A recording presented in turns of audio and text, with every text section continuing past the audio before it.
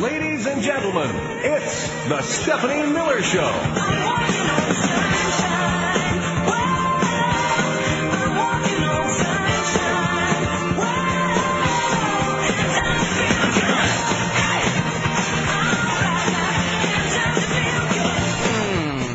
It is the Stephanie Miller Show. Welcome to it. 6 minutes after the hour, sexy liberal Carlos Alzraki, live in studio, hour number 3 for Coffee with Carlos. By the way, speaking of comedy legends, yes, great reviews for George Slaughter yesterday. He was awesome. Go back and watch that, or listen if you can, on their Facebook page. Yeah, yes. He's a creative laugh-in, and we had to make him hush. I had to gag him during the commercial breaks because just one great story after another. So one time, Sinatra and I were like, "Don't save it for hang on." So I'm sitting there with Goldie Hawn, and okay. Anyway, yes, and so he discovered a lot of people. Yeah. Good Lord. Yeah, he got Nixon to do laugh-in. Yeah. And probably thereby made him likable and get elected. Thanks, George. Well, it's kind of like Clinton going on Arsenio. Right, yeah, blowing the sax. And they said, like, who knows what part of that had to do with someone getting elected. Yep. Exactly. We're just saying, Hillary. What did people say about John Kerry? They're like, I've never seen him funny except on your show. Remember that? Yeah. Mm-hmm. And Al Gore was funny on our show. He was a dry sense of humor. Giggly. He was a little giggly, wasn't he, Jim? Hello, Jim. Oh. I must confess that I was a bit giggly. I get nervous around pretty girls. And, maybe he was smoking a little bit of Tipper's ganja. Didn't we do a bit on that? We did. Yes, we did. Which will never be heard again. Why not? We don't work for him anymore. Yeah, true. Okay. What was that based on? Oh, that's right. She did.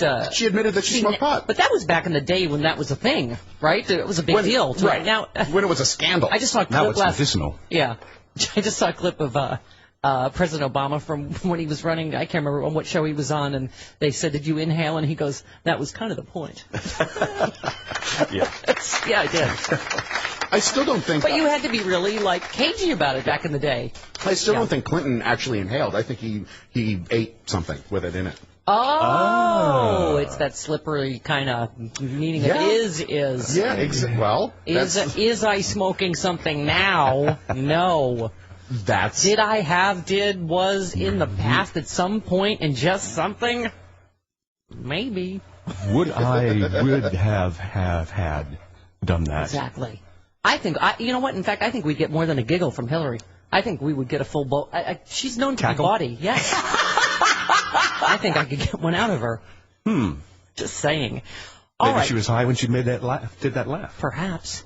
Hey, look, Chris, it's a hate letter for you. Because speaking of smoking, we were talking about e-cigs yesterday, and what do you say you call vapors douchers?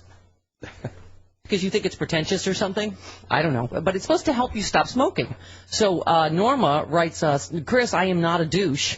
Steph and Chris, not nice, Chris. I smoked cigarettes for 35 years. But I was queuing up your bit. I understand what you were doing. Okay.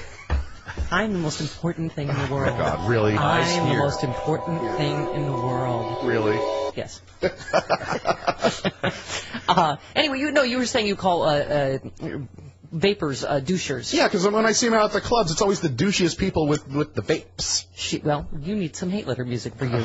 Right. Norma writes, not nice, Chris. I smoked cigarettes for 35 years, but I tried an e-cig on the weekend that I saw Sexy Liberal in Phoenix, as a matter of fact. Mm-hmm. That was February 15th. By February 20, I tried a vaping pen, and I have not smoked a regular cigarette since. Well, first of all, let me correct you. It's Sexy Liberal. It is the power of Sexy Liberal. It is, we leave a wake of miracles in our path as we... Right. Who knows what may happen in Chicago. There's going to be, we think, a live birth at Chicago Sexy Liberal Saturday. We're hoping. It'll give us some pub. Right. Well, we had an engagement last time. Remember Grant and Vivian? He asked her to marry her last year at Sexy Liberal. And then, remember the gal said she's holding it. She's going to be 9 months pregnant. Well, she is now. Legs. Right. She's going to cross her legs. I said, hold it, Missy. Hold your water. Sexy Liberal. And then, wasn't there a sketch like that on, where was it? In Living Color? They did a parody of Def Comedy Jam, and some woman was laughing so hard she gave birth and the baby shot across the stage. Okay, it's just me. It's a living color flashback. All right. Okay. Not only have I reduced the smell of smoking, vaping has zero smell. I've reduced the number of chemicals I inhale by over 3,000 in tobacco cigarettes to 3 in the vaping pen. Now that I get my nicotine this way, I'm not endangering my husband, and since he's an ex-smoker, the smell of smoke really bothered him. I've broken almost all the triggers that made me want to go outside for a cigarette. Maybe it's your husband. Who knows? Could be. I gotta go outside. I love you, Chris, but that was just mean. Love you too, Steph Norma in Arizona. Okay. I didn't call her a douche. Well, by extension, because she's one of the you people said, using it. Therefore, ergo, you implied they're all douchey. Everyone I've seen smoke one is douchey. So speaking of smoking, I understand that sometime back in the 90s, Tipper said something about that. Really? How that was clunky. Oh my God. It's not often we whip out the 90s Clinton CDs. Yeah. Clinton Gore years. Right. Yes, because there was hidden audio of those years, I believe. Now, that is ridiculous. Tipper has never smoked marijuana. I mean, it's against everything she stands for. She's... Tipper, could you get off the chandelier now, honey? Now, she's a fine, upstanding woman. She would never in a million... Tipper, cut back on the ho-hos. Tipper, you're busting through your seams already, honey. I was meaning to speak to you about that. And in any case, I was just saying that Tipper has never... Tipper, did you eat that entire bag of... Didn't we buy a whole ream of Cheetos at the Price Club? Oh, you're getting orange spots all over the ceiling. Now, I told you, Tipper, that chandelier is not weighted for someone of your, well, girth. Uh-oh. I'll get the Bactine. Oh, great. Now we'll never be on current TV again. Oh. Great. Now he's probably going to start another network, and we'll be the only people that get left out. Well, I was going to call you, but now... Forget it. For that bit. See, it's lines like that stick in our head for years. That chandelier is not weighted for a woman of your girth. Or, I'll get the Bactine. That's what's stuck in my head. Just because it happened almost every day. Yeah. Okay. They probably got the Bactine at Price Club, too. What, Price Club doesn't exist anymore. No, that bit is dated in so many ways. First of all, Al and Tipper still together. Yeah, they're not. Price Club. I think Bactine went away about 40 years ago. So. I think they still have Bactine. I have it. I have it. Because you're accident prone. Yeah, well. It's from 1962. It's probably evaporated by now. All right. Hey, who wants another story about somebody hiding a gun up their vagina? Wow. Either that's a small gun or... Well... or there could be someone hiding in the wheel well. Got plenty of room in a wheel well. For a lot of stowaways. Don't say it. Yeah. Don't say hot dog down a hallway. It's like a hot dog down a hallway. Okay. A 19-year-old Tennessee woman had a loaded handgun hidden in her vagina. Wow. When she was brought into jail yesterday, following a collar for driving with a suspended license. Well, where do you hide the gun? There you go. Oh. Wow, look at that hair. Doesn't she look exactly like you think she might look? She looks like she could fit a gun in her vagina. A subsequent track revealed that the 5-shot mini revolver... Oh, well, mini revolver. Questioning her... capaciousness? Well, right. You know, it's a mini revolver. I'm not a gun enthusiast, but the smaller the gun, the less effective it is. I mean, wouldn't that stand to reason? Well, you have to get in pretty close. Oh. I mean, what's the use of a mini revolver if you're just going to, like... Well, if you're trying to shoot mini kiss. If you're going to barely break the skin. If you're being attacked by miniband. Okay. You never know when Vern Torres is going to go nuts. You got to do something. Sometimes I just go berserk. Boy, you got to hand it to her. Loaded. That's That takes some huevos. Right. It had been stolen from an auto burglary in 2013. It was owned by John Souther, a 70-year-old retired car salesman. When told where the gun had been stashed, Souther said, "Oh gosh, I guess I won't be needing that anymore." He noted that he would eventually like the little fellow returned, but added that the weapon will require a bath and bleach. Well, that's just mean to question her freshness on top of everything else. Well, if you saw that picture, wouldn't you question? So someone stole your gun and shoved it up there for JJ. There's no reason to question her ladylike, her daintiness. You saw the picture. Wouldn't you question her freshness? That'd be the first thing I asked. Do you by any chance have a gun in your gun up here? hoo-ha? She looks like she would. Or are you just happy to see me? It's a combination of hoe and danger. Wow. That's Want to get banged has a whole new meaning. Yeah. Wow. Bang. Yikes. Okay. Bang, bang. All right. Kevin writes, I was thinking just this thing yesterday. Hey, Stephen the Mooks, is it just me or does anyone else reflexively cringe with apprehension and fear anymore when they hear today the Supreme Court ruled? yeah. It seems no matter what follows those words these days, it's never anything good for America. Yeah. Somebody said, again, about elections matter. Somebody was saying, before you think like Bush's presidency was a complete failure, you have like, Roberts and Alito. And isn't that true? You go, you think, okay, well, President Obama was able to get us out of the disastrous wars, turn around the disastrous economy that Bush created, but you're going, this is why elections matter. Right. Because you can't undo those two douches. I bet they vape, both of them. I'm sure they do. I bet they Oh, vape, God. Roberts and Alito. They vape all day long. Yeah, I love the, what was it, remember Alito, what was it during the, after Citizens United and when President Obama criticized it in the State of the Union, he's like, no, that's not what's gonna happen, that's crazy.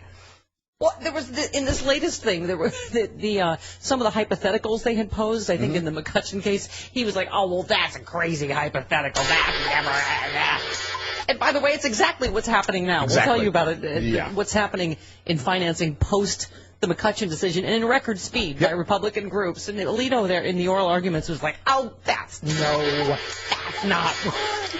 a crazy hypothetical. Splat. I just think Once again, proving that President Obama is smarter than Alito. than the average bear. Yep.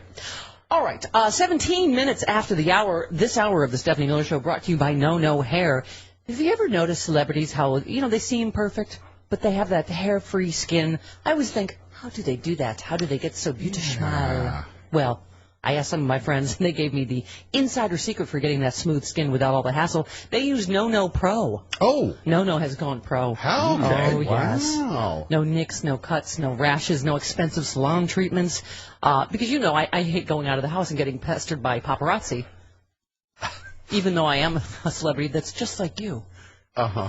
Celebs and models have been tossing razors and expensive salon treatments, switching to No Pro for weeks of long-lasting results. I decided to give it a try. It is incredible. Seriously, the best way to remove unwanted hair with no pain. Legs, arms, bikini line, face. Guys, if you want to do your chest or your back, if you're hirsute.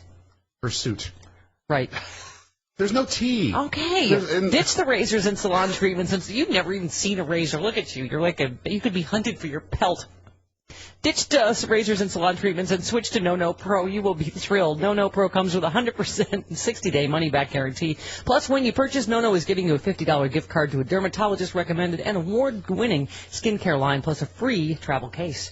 Just have to go to NoNoStephanie.com to get these free gifts. That's NoNoStephanie.com. Do it! NoNoStephanie.com. 19 minutes after the hour, right back on the Stephanie Miller Show. The Stephanie Miller Show.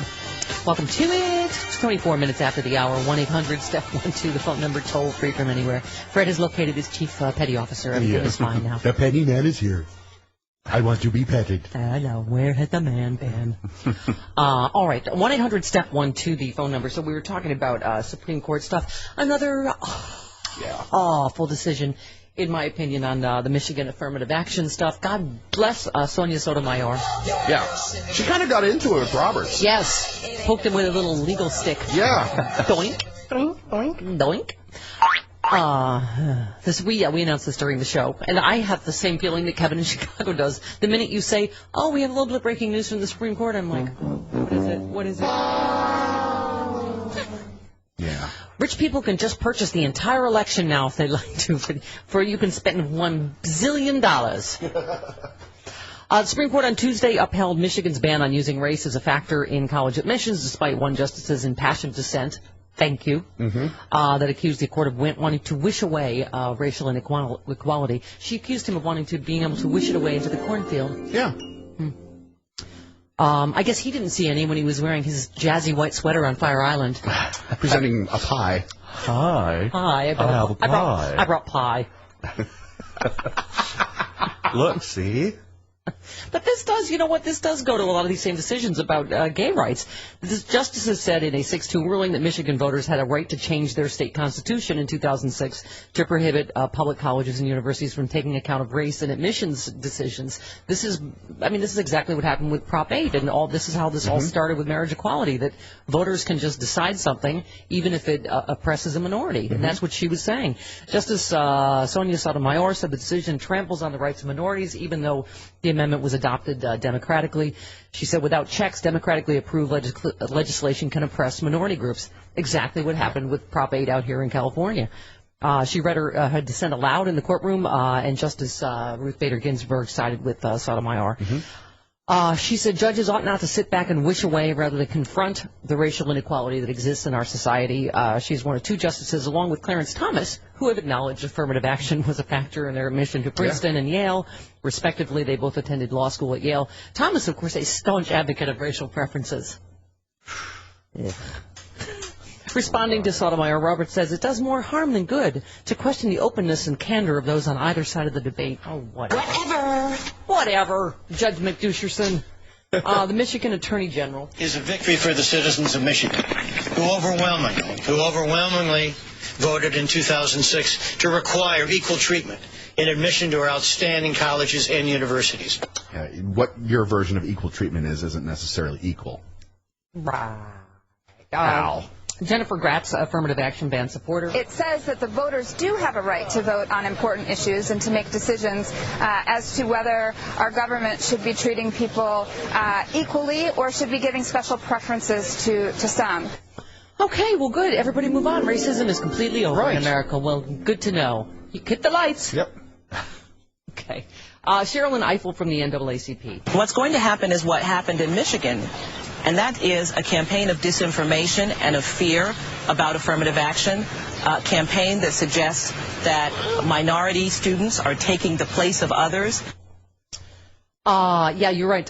Sonia Sotomayor and John Roberts traded little subtle digs. Yeah. You know those lawyerly type of digs. High-minded yet subtle. It's the legal version of I know you're out. What am I? Yeah.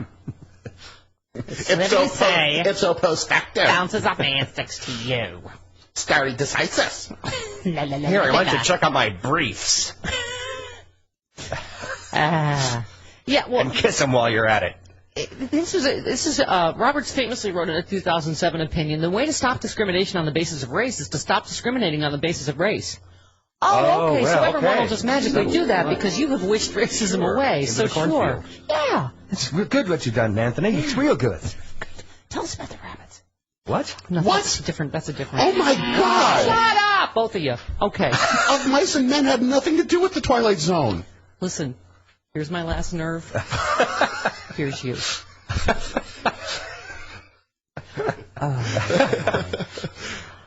Sotomayor wrote, at a clear dig at Roberts, the way to stop discrimination on the basis of race is to speak openly and candidly on the subject of race and to apply the Constitution with eyes open to the unfortunate effects of centuries of racial discrimination. And she wrote that view of how government should respond to issues involving racial discrimination was out of touch with reality. Anyway, so then he jabbed back. As only someone in a snappy white sweater and a pie can do. Okay. Joy Greenbaum, civil rights attorney. I think you're going to see those that want to challenge affirmative action be further emboldened to do so. Yeah. All right. And then we'll tell you about the last awful Supreme Court decision before that one and what's already happened with campaign finance. 29 minutes after the hour, right back on the Stephanie Miller Show. It is the Stephanie Miller Show. Welcome to it. Sexy Liberal Carlos Alzraki, hour number 3, live in studio, 34 minutes after the hour. 1-800-STEP-12, the phone number. Susie in Atlanta. Hi, Susie. Hello, Stephanie. Hello. Let me just say from the start, I adore you. I listen to you every single day on my way to work. You're brilliant. Thank you. Just up me a tool. That's all I'm asking. Okay. Okay. All right. Here's my position on the discrimination decision that came down. Right. I am as about far to the left as you can get. Pot should be legal. Abortion is no question. But when it comes to discrimination in school, I don't think that there ought to be quotas or anything else. It should be, you should have a number for your name. You should not have to fill in a race, because a lot of times on applications you fill in race. It should be based strictly on merit. And if you cannot... Susie, I understand your point of view. I guess, you know, it's sitting here watching the reaction to this president. You can't tell me that racism has been wished away in America. It just hasn't. No two ways about it. No two ways about it. I mean, I would say it's as bad as it ever was, but it doesn't change what's the word I'm looking for? What you need, the credentials that you need to get into school. Even, that's why I'm saying there shouldn't be anything on your form that says what race you are. Yeah, listen, I think Sonia Sotomayor speaks from experience. I mean, what I find galling is that Clarence Thomas, who admits the affirmative action helped him get where he is against it for other people. Speaking of tools, yes. I mean, I don't know how, I don't know what, was it Bush the first to put him on? I believe so, yes. Bush the first. Yes. Right. My God. It was horrific. And I worked for lawyers, by the way. But it was amazing when he did that. And all I remember is him, it was almost like the Clinton moment where I did not have sex with that woman. When he was up being questioned. Right. And they turned it into race, but it was race then when they put him up. Right. They didn't put him up on merit. Right, and I love that he called it a high-tech lynching when what they did to Anita Hill was a high-tech lynching. Disgusting. Yep, Disgusting. Exactly. All right, honey, I love you.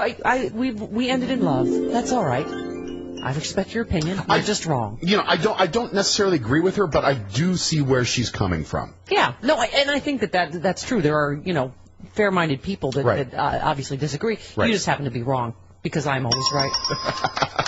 Sure. Was I right about campaign finance? Was the president right? And what did Alito say? Yeah. No, that's not what's going to happen. Cash is going to corrupt campaigns? No. That could never happen. No, Mr. President. Hey, guess what's happened, everybody? What? Cash is already corrupting. Jim just said, why don't we just cancel the election? Just ask the Koch brothers. What would you like? Wherever they want. What would you like? The surf. Surfs will get it done. A pie? That's what John Roberts just gave them. Yeah. A big pie full of campaign corruption. Here. Feel free to buy whatever elections you'd like. Taste the corruption. Well, why goodness they are speedy, those Republicans. They have launched their second post on McCutcheon super committee to tap mega donors. That thing that said that's not going to happen. That is crazy. Republicans registered their 2014 Senators Classics Committee on April 15th, linking together 19 Republican candidates for Senate. Under one fundraising umbrella, the committee will be able to accept donations as high as $98,800 in one fell swoop from a single donor. Wow. It's like an umbrella that, Well, at least it's not $100,000. Right. See? There's that. Oh, Jim, you're such a silver lining guy. The bright side of life. It's a big rich person umbrella, like, Diddy and all the rich people need people to hold their umbrellas for them. Why don't I have one of those? Oh, it hardly ever rains here. Okay. This is the second It's supposed to rain in Chicago this weekend, though, so you might need an umbrella holder there. Not till Sunday. I'll be on the plane back. Okay. This is the second super committee to form following the McCutcheon decision. They're feeling super. Republicans, weirdly, feeling super. Look at that. Second super. Oh, my God, so super. Thanks for asking.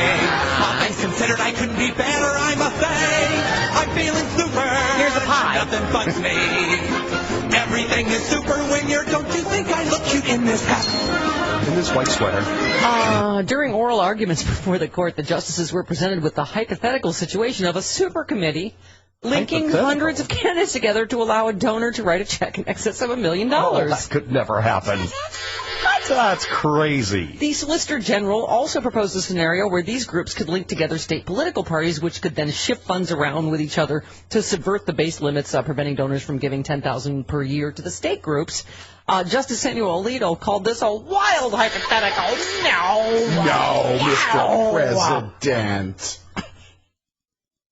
And Chief Justice John Roberts dismissed such concerns. He wished them away once again. Oh, that's just a bunch of hooey. In his opinion, for the majority, even though a record already exists of the Romney victory committee shifting funds between state party committees that had already received maximum contributions from donors. Right. But it's still crazy. Oh, my God. That's a conspiracy theory. That never happens. Crazy cuckoo bananas. I brought crazy cuckoo banana bread as well with my pie. Brian in Charlotte. Hello, Brian. Hey, good morning, guys. Good morning. As much as I love liberals, far left liberals that call the show, I can't expect them to understand racism if they haven't experienced it. I mean, I understand what the lady was saying in the last call, but the reason for affirmative action to begin with is because blacks were being rejected even if they were qualified. Exactly. Yeah. So, I mean, it's just like trying to prove you can't sue the colleges by saying, I got discriminated against because I was black. That's the reason why they put affirmative action in. Brian, what do you think of her idea of, using a number instead of a name and leaving off race altogether on an application so that these people have no idea what these people look like, who these people are, they're just being graded on their merits? Now, do they come in for an interview? No. You're talking about for college. Right, for college. Okay, well, that sounds better until your name is Shaniqua. Right, that's why she You're said... the smartest boy in class. No, that's why she said replace a name with a number. Oh, I see. Oh, I see. Oh, okay.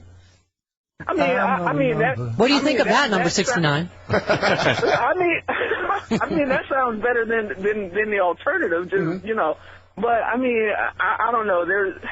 Like Stephanie said... With so much stuff that's happened since Obama's been elected, I mean it's hard for me to understand. Yeah, Brian, don't you come to grips with why they're taking this stuff away? Right? Don't you most days there's some comment or some story where you go, really, this is our post-racial America. That's nice. Yeah, that's how many over Easter? How many do we see the watermelon roll on the White House lawn in place of the Easter egg roll? How many hilarious people forwarded that?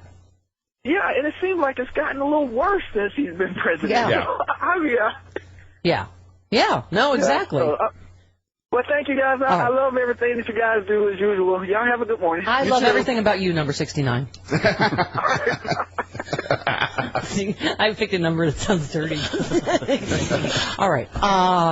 Hey, I don't know, though. Some people, because I went to the, as you know... University of Spoiled Children? Yes. What? You are our rival, I went to the School of Drama, I don't have so I had to do an audition.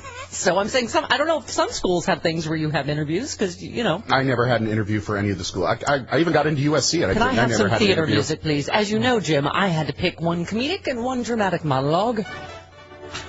Yeah, but you're a theater degree. Present them. Is that a real This is how this all ended up. Yeah. One classical and one contemporary monologue. I have chosen. I'm just saying. I think some schools do have interview things or whatever, though. Well, yeah, but you have your Richard III Tale of Two Cities mashup. Yes. You do. Yes. It's your monologue. Yeah, right. It was supposed to time. It was best of times. I had to prepare for my line in Streetcar Named Desire, which I would later deliver at the Edinburgh Theatre Festival. Blanche, it's time. See? I got into 5 out of the 6 colleges I applied to, and I never had to interview. What? Yeah, just because Occidental College didn't want me. God. Oh, bitter much? So you had to go to Oriental College. Oh, you did not do that on camera. Oh, they don't care. It's non-commercial. Well, then I'd like to say the same thing to Yale, who also turned me. Oh, well then. I got into Stanford and Notre Dame, I'll have you know, and then I went to the University of Spoiled Children. But I got into USC and I got into Pepperdine. Okay, yeah. All right. We have everything else for our systems now? UCLA grad, anything you'd like to say? Anybody turn you down? No. Well, no, it's sort of a legacy because my dad was a Professor. Oh, No. Look at that No, that's fancy not true. liberal No. Professor Father. No. UCLA was dirt cheap in those days. Like $234 for 12 units, something like that. That's outrageous. I won't pay it. I won't pay it. Outrageous. Brett in Wisconsin. You're on the Stephanie Miller Show. Hi, Brett. Hi, Stephanie. Hey. Say I was listening to one of the last callers, and you talk about the number system, and I think we're forgetting something here because a lot of inner city schools aren't going to have the same type of economic balance and opportunities as a lot of the suburban schools, and their test scores aren't going to be as high. So they get discriminated that way also. Yep. And I think we're missing the point there by just putting a number system on there. Yeah. Okay. That's all I wanted to put out there to you. Okay. The other thing I'd like to put out is I just realized that way too many people did a scene from Night Mother. They're very depressing. Well, there are a lot of...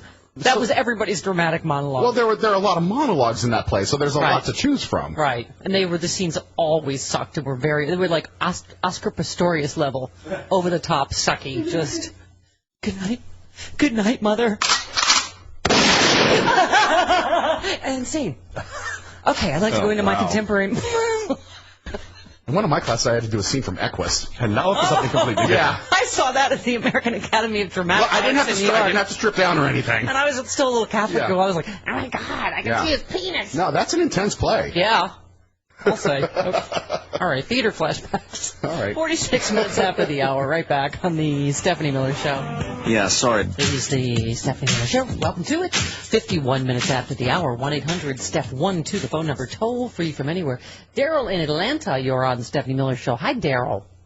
Hey, Steph, thanks for letting me in, but I'm an attorney, but before I was an attorney, I worked in a college admissions office, and I think everybody's missing the point on this thing. Uh-huh.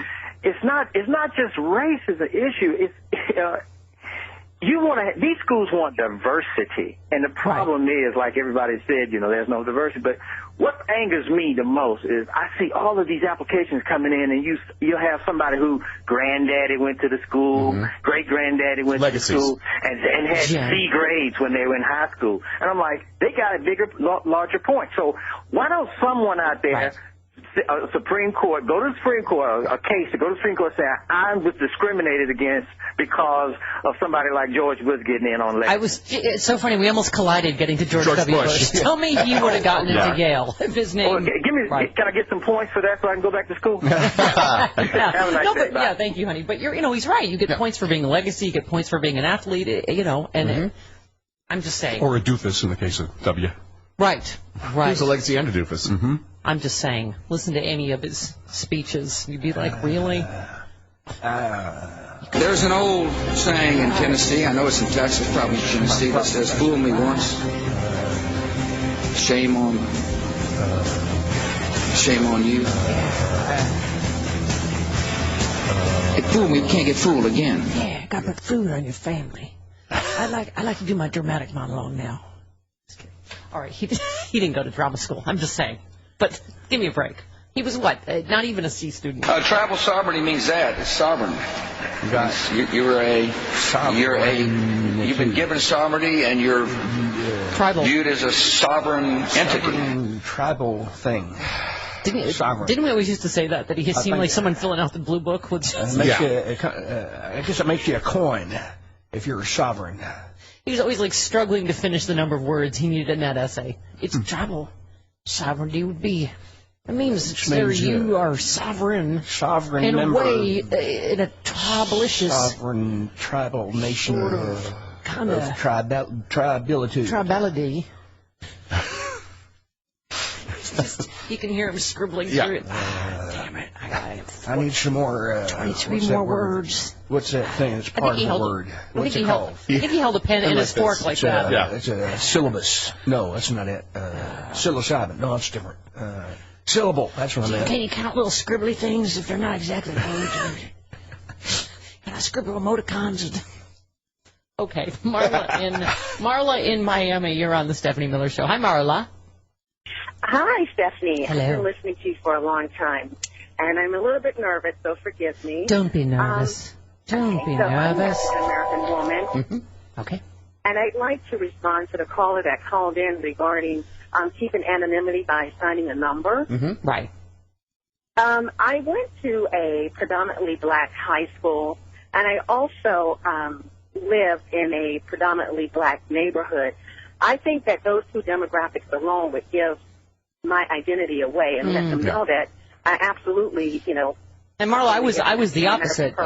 In my we had one black kid. You know what I mean? Like in every year of I went to school. So you're right. I mean, I think there are what could be identifiers either way.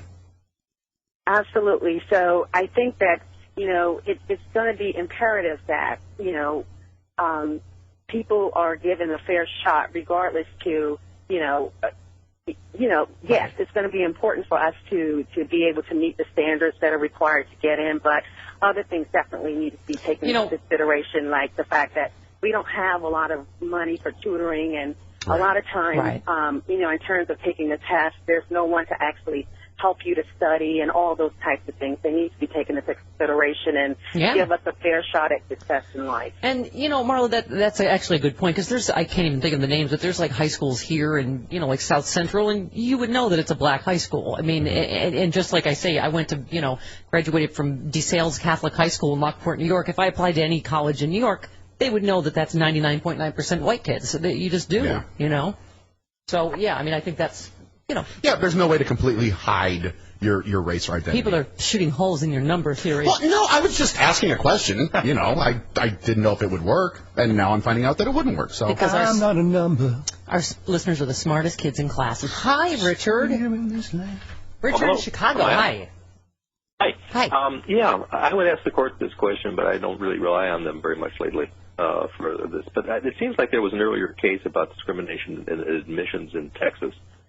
And I think it was 2 years ago. I don't remember all the details, but the basis is that we're post-racial. That was the prior ruling basis, I suppose. Society has changed, except that the basis of the case that decided that was that white people are now being discriminated against, and I think that's the basis of this thing that's just happened as well. So how can we be post-racial now? Now it's whites that are being afflicted. And, I think maybe it's too subtle, but when I hear these cases, I just go, wait a minute, now we have new victims, it's Republicans and the conservatives again. They're always victims. Yeah, well, I mean, it's like these whiny op-eds by the Koch brothers and these other billionaires. Yes, we understand there's been a long, sad history in this country. Discrimination against rich white men. Incredibly rich white men. Have always been downtrodden. It's time to settle the score. Why, we've had to pay taxes on our earnings. Oh, the injustice of it all. Oh. And now, Harry Reid is saying mean things. Bernice in Santa Fe, you're on the Stephanie Miller Show. Hi, Bernice. Good morning. I'm not sure I can be coherent because I'm still trying to recover from those Bush recordings, the dumbness of those. Yeah. So I've got 2 points. One is that affirmative action is about trying to level the playing field, and you cannot just wipe out that playing field, the inequities of that, with one anonymous number. And it's trying to compensate for inequities. So, but the second part of that is once a person is in a job or university, he or she still has to prove their ability daily. They still have to compete with everybody else on that playing field. Mm-hmm. Yeah. So, this is just a little boost up is what affirmative action is supposed to be. But, affirmative action is not really around very much anymore. Anywhere. Let's get to the important issue. Do you have your tickets yet for Sexy Liberal Albuquerque May 10th yet? I don't yet. Well, I did go to your last one in Santa Fe. I would get on that now if I were you. Okay. If there's still some, I will. Do it. But I loved the one we went to. All right, love you. And they're still available for Albuquerque. Yeah, I'm going fast, though. Yep. All right, 58 minutes after the hour, right back on the Stephanie Miller Show. Oh, great, our computer crashed. So this is where I just started talking then. As if walking on sunshine. Where's that kid that we have to... I believe in child labor. Where's the kid to sing Walking on Sunshine? Let's just do that. Okay. I forget her name. Ladies and gentlemen. Here we go. It's the Stephanie Miller Show. I'm walking on sunshine. Wow. Yep. I'm walking on sunshine. Wow. I'm gonna feel good. Ow. Everybody sing. Can I see? Yeah. Say hi, Stephanie Miller. Hi, Stephanie Miller. Okay, there we go. See, there's a computer crash, so obviously I could. How? See, I see what you did See there. what I did? Yeah. Yeah. Well, because we were talking about affirmative action, there's no way that George Bush would have gotten into Yale if his name was not George Bush. So that's the kind of affirmative action, right? Right. Just saying. I mean, even kids knew that he was a... Can you say George Bush is a dump truck? Thank you, Brendan. Brendan's now 38. No, he is not. And he still thinks George Bush is a dump truck. Yeah, that's it. All right. All right, 1-800-STEP-1-2, the phone number, toll free from anywhere. Why? Sexy liberal Carlos Alzraki on his way in. Coffee with Carlos. Next hour, all of us on our way to Chicago this weekend. Very, very excited. The big Chicago Theater Show. Hooray. I believe there's only a teensy couple of VIP tickets left. Yes. In the single digits, last I did hear. Patrick writes, got my girlfriend Violet. Patrick and Violet. Sexy Liberal tickets for Valentine's Day, and we are excited. Just an FYI, your show is on the same day as Chicago Comic-Con. I'm hoping to see some drunk... I'm hoping to see some drunk Sexy Liberal Wookiees in the audience. P.S. We're both in our late 20s. Have few brand loyalties and only respond to radio advertising. Good boy! Good girl! Just type Stephanie in the box. Please, in every box you can find. Unless there's a gun in it. Right. The podcast only $4.95 a month if you buy a year in advance. And, of course, the video cast. Our commercial-free video version of us here on Free Speech TV. It's all good stuff. Get it. Do it. StephanieMiller.com. You can watch us live there. Click on the little thingamabob. Yeah, just click play on the little screen that you see at StephanieMiller.com. You can watch us live right now, right this second. Speaking of seeing us live, how about a road trip to Chicago, everybody? It's okay. Thanks. All right. Thank you, Audra. Making the road trip. Audra and Kate coming down from Minneapolis. Yep. Do it. Get it. Don't you hate when your kid finds a Xanax in their Easter egg? Oh, no. Uh-oh. You need a Xanax when that happens. Unfortunately, your kid has just brought you one. Police say a suburban Detroit preschool student, 4 years old, opened a plastic Easter egg following a school party and found a pill used to treat anxiety and other problems. Other problems? Listen. Xanax is that magical? I could use a few of them. A 4-year-old attended a party at the elementary school where plastic eggs were supposed to contain candy were distributed for an Easter egg hunt. Mm-hmm. Police say she opened the egg at home and found the pill, a generic form. A generic? Well, that's the tragedy of this whole thing. Really? Her mother notified school officials. But she could have alternatively just taken a Xanax and calm down. Calm down. Just saying. People are so uptight these days. By the by, this is unbelievable, this story with the Malaysian Airlines. Yeah. Because we were saying yesterday, you and I, we're just going, they're not going to find this. But now, this is just such a weird, up and down story. Officials, leading the hunt for the missing Malaysia Airlines jet prepared to focus their efforts deeper into the Indian Ocean. It emerged that possible debris from an airplane had been spotted on the southwest Australian coast. Yeah. 1,000 miles from the center of the search area. So, dear God, I guess we'll, see if there's any other developments today. But in the meantime, the South Korean ferry thing is just heartbreaking. It's just gut wrenching. I guess where are we at? 150. 150 The now. death toll has hit 150, but they haven't even gotten to so many people. Yeah. Government officials said divers must now rip through the cabin walls to retrieve more victims. And the victims are overwhelmingly students of a single high school. Can you imagine your entire high school high school near Seoul? More than 3/4 of the 323 students are dead or missing. And even with about 150 people still missing, the funeral halls are already full. On Jindo Island, this is awful, where bodies recovered from the ferry are taken. Descriptions of the dead are read over a loudspeaker. Relatives rush over to the main notice board and peer at the details added by officials. Some relatives cry out and run from the tent. Others stand red-eyed and shell-shocked. And then, this is interesting. Obviously, some people have already been arrested from the crew. Mm-hmm. 22 of the 29 members of the ferry's crew survived. 9 of them have been arrested or detained in connection with the investigation. Because, that part we don't have all the details, but that just seems horrible, that they were really more focused on how they got themselves off of there than helping these kids. But anyway, so we will give you all the latest. That is just heartbreaking to have to, they're saying the parents go into the tent and you hear silence and then you hear screams, and it's just, what a horrible story. All right, let's, a lot of folks want to get back in on the affirmative action. Paul in Michigan. Hi, Paul. Yeah, hi, Steph. Good morning to the MOOCs. Yes. I think a lot of people have a really skewed view of what affirmative action is. It's not quotas. Quotas would be illegal. If they're hiring an unqualified or a less qualified minority over a more qualified white person, that would still be illegal. Affirmative action is supposed to encourage more minority participation in the process, but the most qualified individual still is the person who's supposed to be hired. Right. Well, I mean, I think as someone, and tell me if that's wrong, I think the way someone was explaining it in terms of points, you're going, if you get a point for being a legacy, you're getting a point for being an athlete. Why, you know what I mean? Why to level the playing field couldn't you get a point for being a minority? And to encourage Exactly. And legacy points are by far and away more given to white students. Yeah. Right, exactly.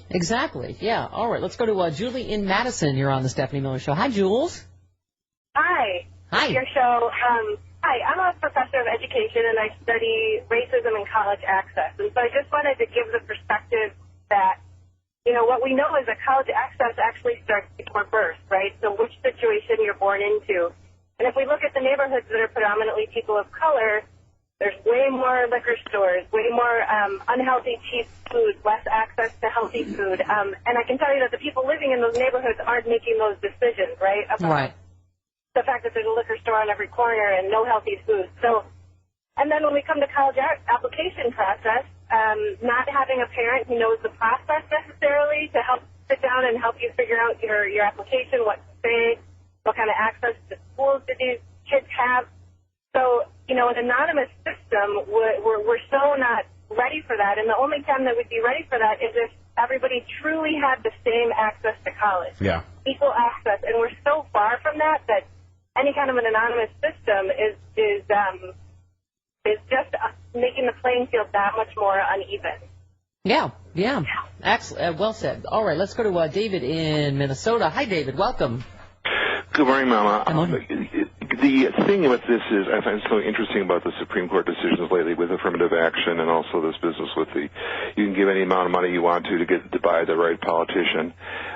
There's this kind of unspoken inability to see that human beings actually could make mistakes and do bad things. You know, we don't need these laws because, you know, racism doesn't exist or that would never happen here, that kind of thing. You know, I think that's what a lot of, despots are hoping for, that people will just simply believe now that won't happen here. We're all pure, we're all wonderful, and so there's no reason for us to try to mitigate any potential for disaster. Well, and I think it's all part of the theme of putting minority rights to a majority vote. And, you know, we can use the example a million times, but, you know, if you put slavery to a vote in the South, you know, for a lot of years, I mean, and that's why we have civil rights laws. It's why marriage equality is making these so, I mean, just to say, oh, well, the people of Michigan voted for it, doesn't mean that they've magically wished racism away. No, they haven't. And the other thing, the reality is, I don't know if we'll see it in our lifetime. I know you're much younger than I am, but I am certainly in my lifetime, that the fact that the average American will no longer be somebody whose name is Johnson or Swenson or what might be, but they're not going to look like somebody who just fell off the boat from Norway.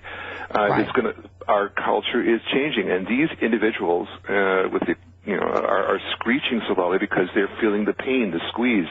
They don't know how to function in a system where they can't do the assumed white privilege. They have to now fight with other people to get ahead, and they don't want that. It's too hard. Right, it's the best idea Republicans have come up with is voter suppression. They're like, ooh, there's too many of these, too much melanin. What do we do?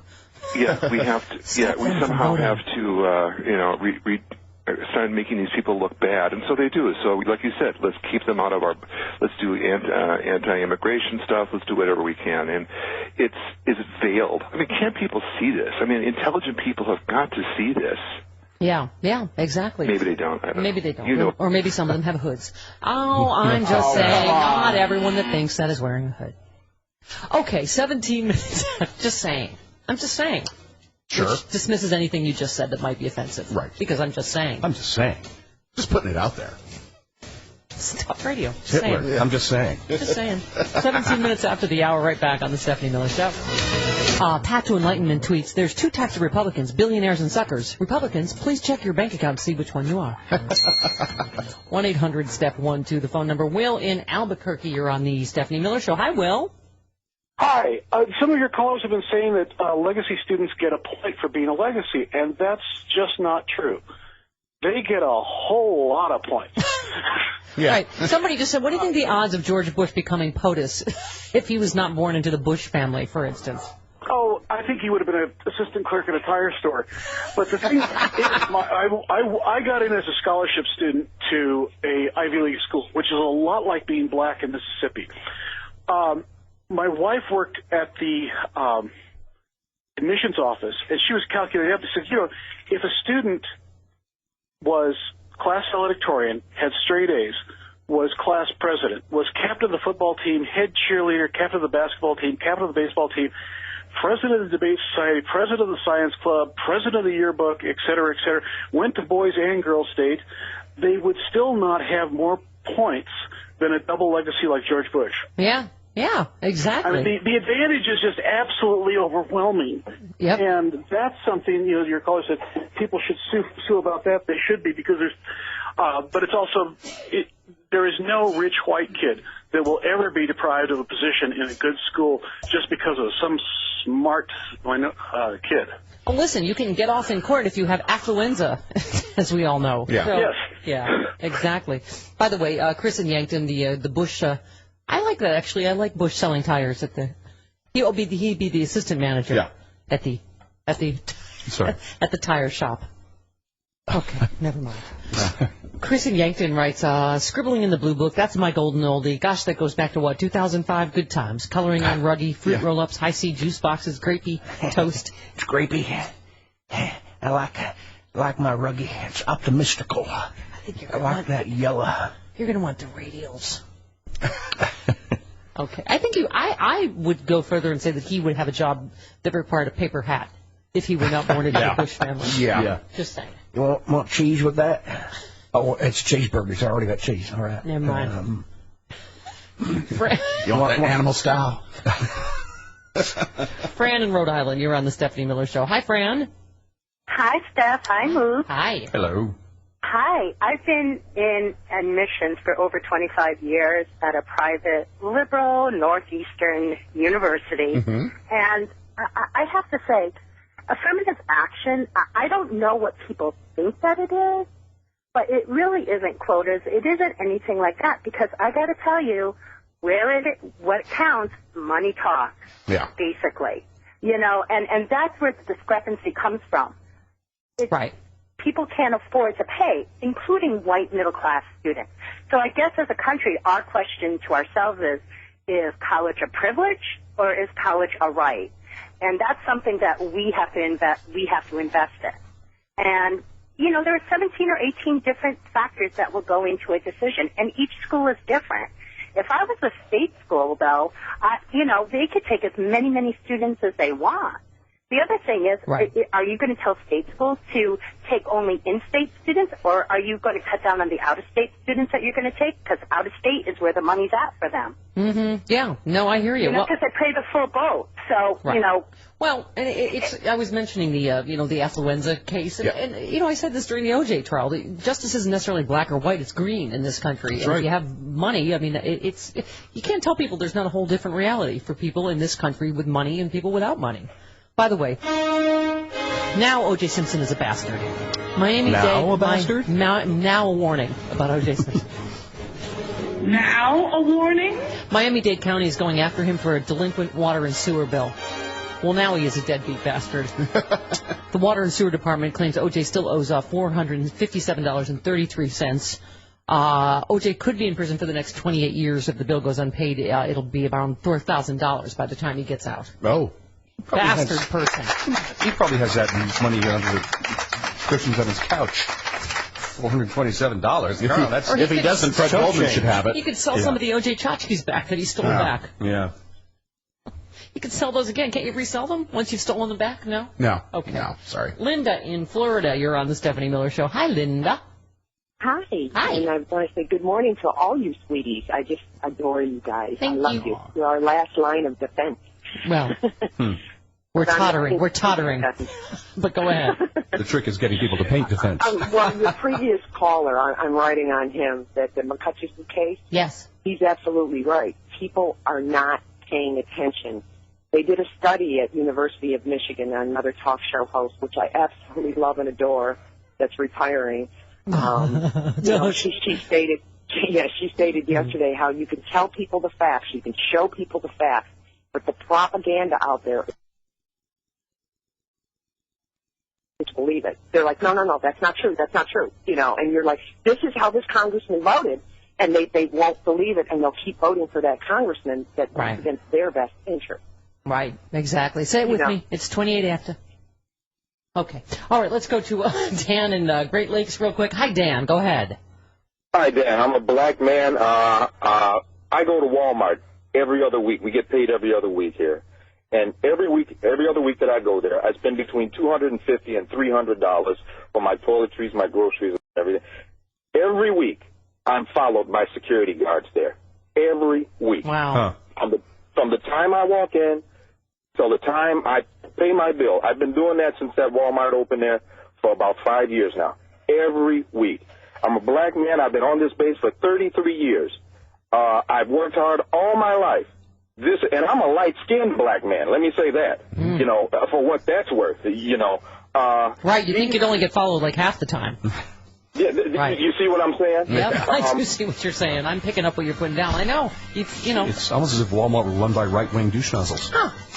Almost. 29 minutes after the hour, right back on the Stephanie Miller Show. Rocky Mountain Mike says, I'm honoring the 100th anniversary of Wrigley Field today the way Harry Carey would by getting drunk at work. Cogswell!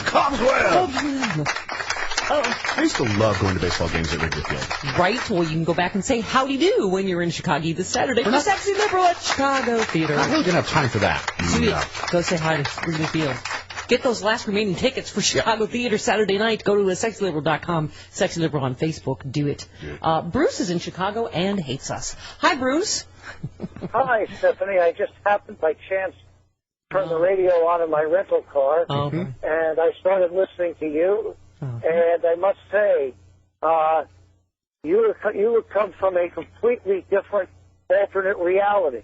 There is no Actually, I come from Republicans. There is no such thing as Republican voter suppression. Requiring an ID to vote is an interest in preventing voter fraud. Period. That's what people said about poll tax. Give me an instance of voter fraud.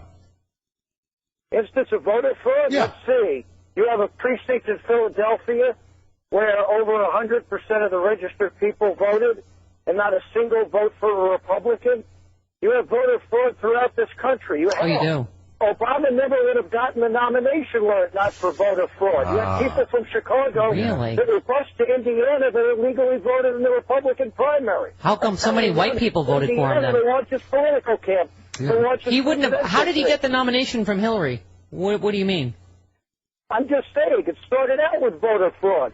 You had people. He won the primary through voter fraud. Who voted for? Where's your proof? By voter fraud, they voted in the primary in Indiana, and that was how he won the Indiana Democratic primary. If you have no proof of this, then you're just throwing out conspiracy theories. His entire career is based on voter fraud. That's where it's right. And the Black Panthers. Hillary and the president. An acorn. Right. Hey, Bruce, what kind of car did you rent? Let me ask you. Hey, Business Pro. Business Pro. What is wrong with requiring an ID to vote? Why should people not be required to show a government ID to vote? You know what, Bruce, when you register to vote, you show an ID. That is when you show the ID. Right. You really think there's a rash of people that are pretending to be someone else and are able to read upside down? Really? There's a huge incidence of that. But the problem there is that you have same-day voting. I mean, there are documented cases throughout this country of tremendous voter fraud. No, there aren't. No, there aren't. There's tremendous voter fraud. No, there is not. Based on what? Based on the fact that there's a black man in the White House. Right. I understand. All right. You know what? I'm just going to go on a limb because you won't answer me. He is not a business pro. I don't think he can just get in your car and go. He's a business amateur. Yeah. I think he got some crapmobile, but somebody that had the good taste to have WCPT. On the car radio. Chicago affiliate. That's right. See, that's part of the fraud right He's there. mad because he can't take any car and go. This communist station. It's a conspiracy. God bless him, though. He's motivated to call. Yeah. Because the communist station was on his crappy rental car. I don't. What the hell is? I bet you tried to return the car. Call now. I bet you tried to return the car. I want this communist car. Sir, there's a button you can change the. I don't. There's communists in the dashboard. There is. I don't believe in buttons. Oh, right. You want me to turn it to the left, don't you? Because I bet you there's something even more communist down the dial. How come the steering wheel only goes to the left? Tell me that's a coincidence. Take this car back. I want an upgrade because there's communists in the. They're in there. They're in the Little thing. tiny communists in the dashboard. The radio also goes off, sir. I don't take it back. This car's got Satan in it. Voodoo. This car's full of voodoo. Keeps going in a circle to the left. Yes, he's probably just doing donuts in the parking lot. Just, To the left, to the left, to the left, to the left, to the left. I don't know. And that song's on the radio, too. Yeah. 24/7.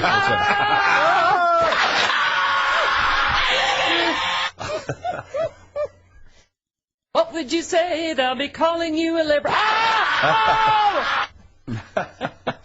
Oh, that's just fun. Hello, Thurgood in Chicago. You're on the Stephanie Miller Show. Thurgood Marshall? Yes, Thurgood Marshall calling from Chicago. Hello. I've really enjoyed the show and looking forward to seeing you in Chicago. Yay! Okay, go ahead. Very good. Full disclosure, I am a proud resident, a black man, a proud resident of Chicago South Side, who through the post-Brown v. Board of Education era was able to go from the South Side and graduate from Ivy League Law School. First of all, in rebuttal to the gentleman, in my mind, the biggest instance of voter fraud in this country was the Supreme Court decision in Bush v. Gore, where the Supreme Court decided to ignore the unanimous decision of the Florida Supreme Court to count the votes in predominantly black Dade County. Yeah, that there was some judicial activism. Yeah.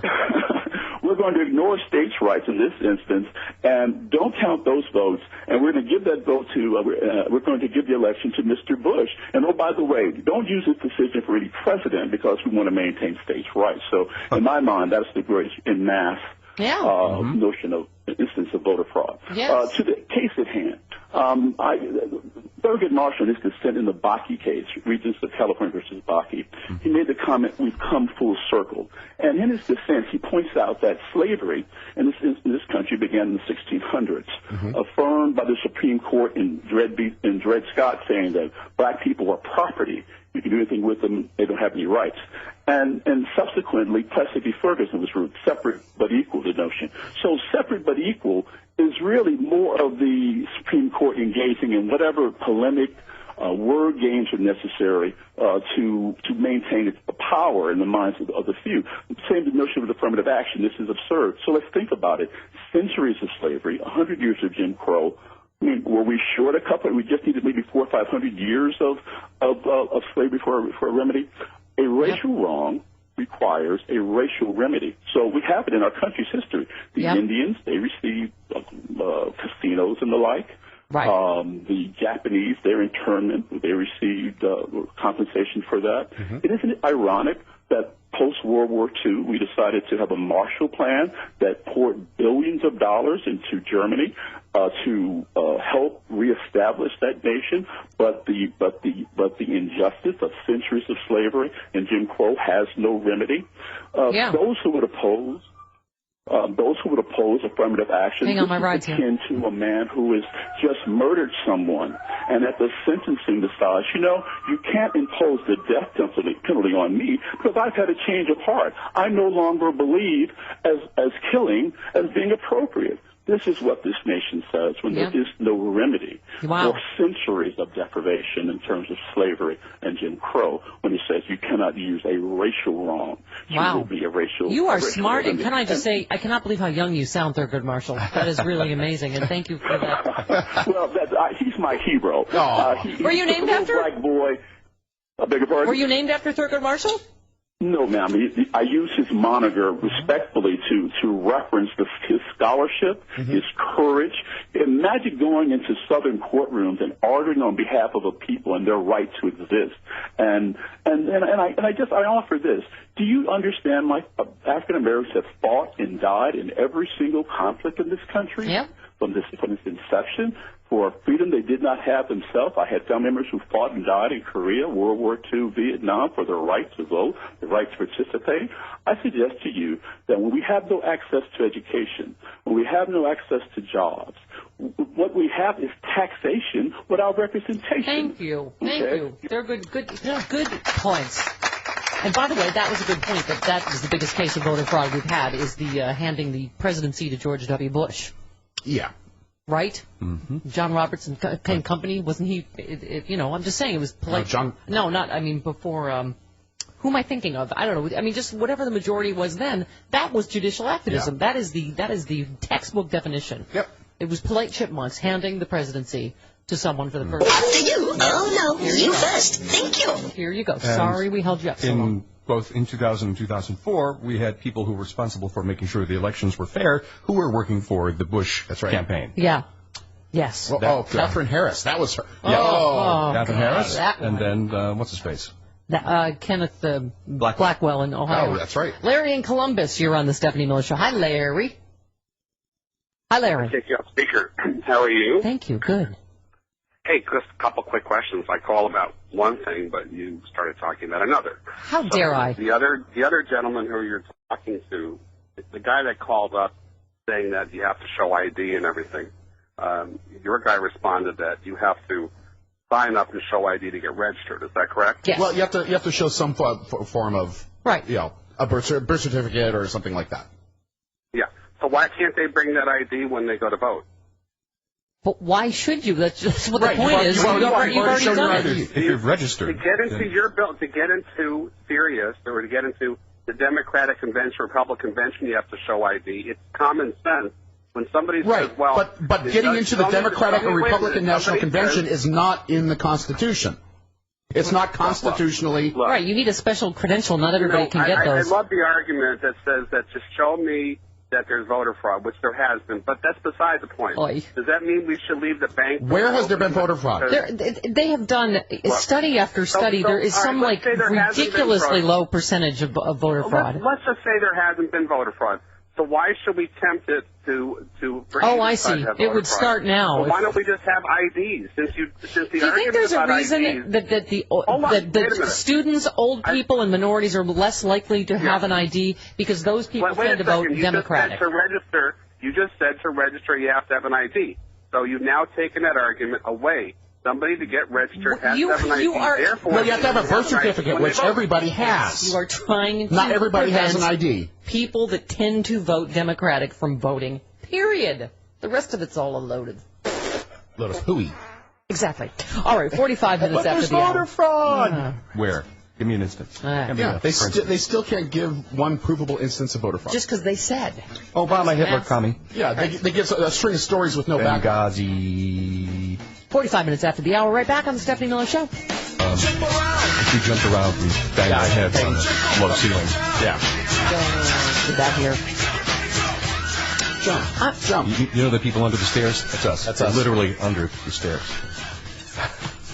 I don't know what you two got done during commercial break, but I have come up with several other solutions to problems that do not exist. Oh. Okay. Would you like to hear them? Yeah. Sure. Okay.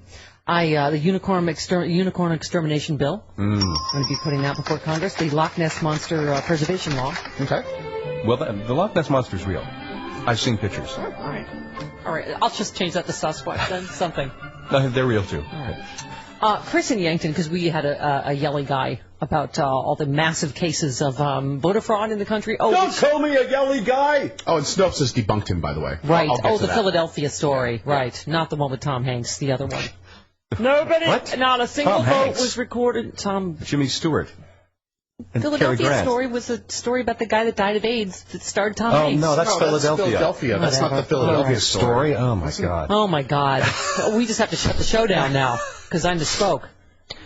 Okay, anyway, the Snopes story. Catherine Yes. The guy said in 59 voting districts in Philadelphia region, Obama received 100% of the votes without even a single vote recorded for Romney. That's a mathematical and statistical improbability. That's what that guy said. Yes. Snopes says, it is true that 59 voting divisions in Philadelphia recorded no votes for Mitt Romney, but given the voter composition of the Philadelphia area and some Philadelphia wards in particular, and the number of voters in each division, that outcome was hardly a mathematical and statistical improbability. What? That's crazy. You mean you're saying that a lot of people thought Romney was a rich douche that they hated? Yep. Yeah, okay. Obama won the overall vote in Philadelphia by 85% to 14%. Okie dokie then. So, Chris in Yankton says, it's always amazing to me that people seriously argue that hundreds or thousands of people, enough to swing an election, all conspire to commit voter fraud. Tens of thousands of individuals all risk felony convictions by going to a different polling place pretending to be Bob Smith or Jane Doe and voting. Their single vote is worth risking a felony conviction? Really? How often does this happen? You'll notice how nobody ever has proof of this actually happening. Not even people who just ran across your show when they turned on the radio in their rental Jetsons hovercraft or whatever. I have so little patience for the frantic, angry people arguing in favor of voter suppression, you know, so that only the right kind of people can vote, if you know what I mean. And I think that you do. Winky, winky. Right, let's go to EJ in Illinois. You're on the Stephanie Miller Show. Hi, EJ. Hey, guys. I know things are tough right now, but hang in there because we need you. Oh, thank you, honey. A few things that gentleman said.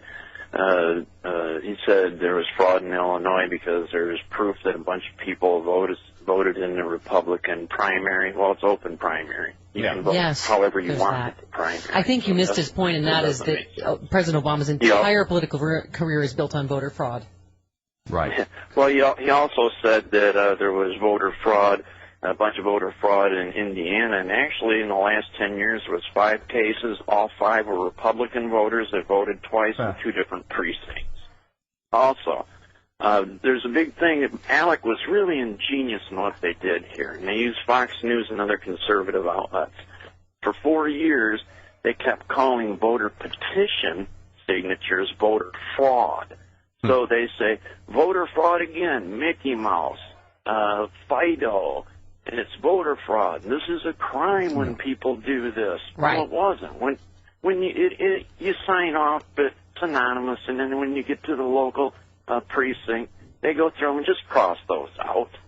Yeah. It's not, nobody voted. They just put their name on a petition. Right, exactly. And so there was no actual voter fraud. Yeah, we made that point a lot during those times. Let's go to Michael in Massachusetts. You're on the Stephanie Miller Show. Mike. Hi, how are you, Big Mama? Hi. I have a question because I'm old. Okay. If you remember, pre-Reagan era, equal opportunities meant usually minorities or Orientals. But Reagan said white women are now minorities. And guess who got hired?